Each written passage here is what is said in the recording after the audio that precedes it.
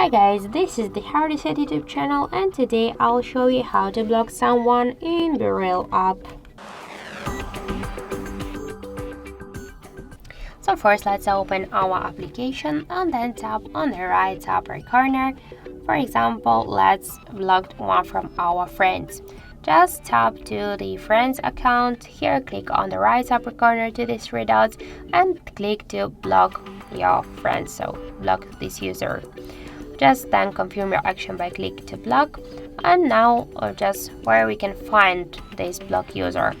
So here we should click on the right upper corner, then to these three dots, and then just tap to the privacy section, click to block profiles, and now we can see our this blocked user and when we just blocked them. So just click to the X icon to unblock it and confirm your action by click to unblock. So that's it. Thank you for watching, and if you find this video helpful, don't forget to leave a like, comment and to subscribe our channel.